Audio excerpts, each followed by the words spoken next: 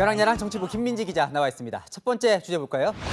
자, 국민의힘 대선 주자들이 잡고 싶은 사람 누굽니까? 네, 이준석 대표입니다. 한때는 이제 대선 주자들과 갈등도 빚었었는데 네. 잡고 싶어진 이유가 뭘까요?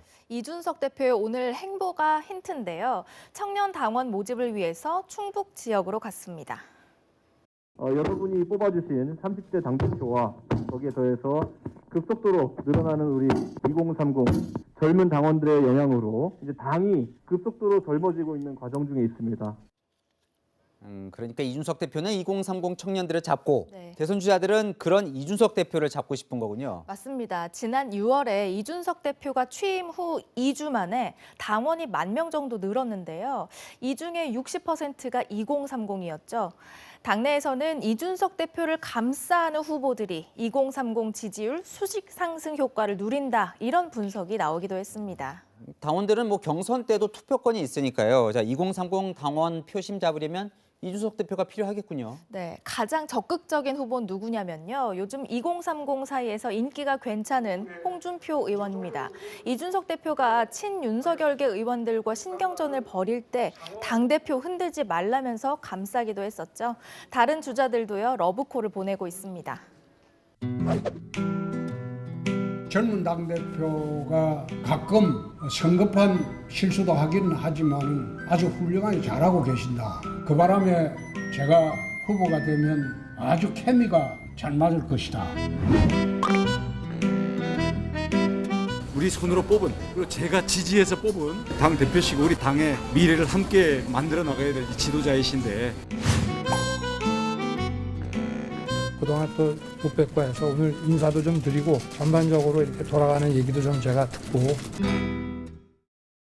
하지만 김종인 전 비대위원장은 20대 남성을 잡으면 승리한다는 건 이준석 대표의 착각이라면서 정당이 한쪽에 치우치면 전체의 호응을 얻기 힘들다고 지적했는데요. 어떻게 균형을 찾느냐가 이준석 대표와 후보들의 과제가 될 것으로 보입니다. 네, 다음 주제 보겠습니다.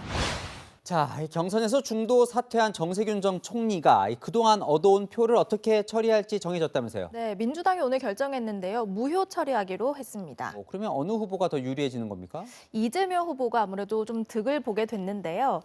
총 누적 투표수가 줄어들면서 이재명 후보는 53.7%로 이낙연 후보는 32.46%로 조정이 됐고 두 후보 간 격차는 더 벌어졌습니다.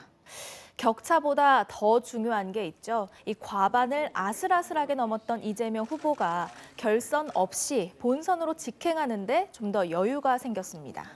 야, 그럼 이 오늘 의원직까지 벗어던진 이낙연 후보는 조금 더 다급해졌겠는데요? 그렇습니다. 이낙연 후보의 공격은 점점 거세지고 있는데요. 잠시 보실까요?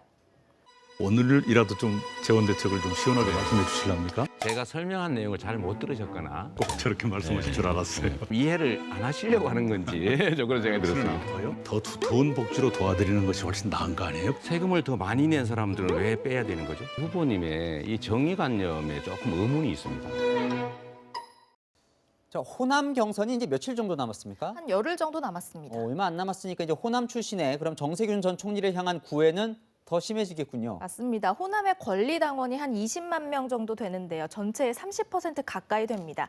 정세균 전 총리는 경선 때는 누구의 편도 들지 않겠다고 하지만 두 후보는 한 표 한 표가 아쉽잖아요.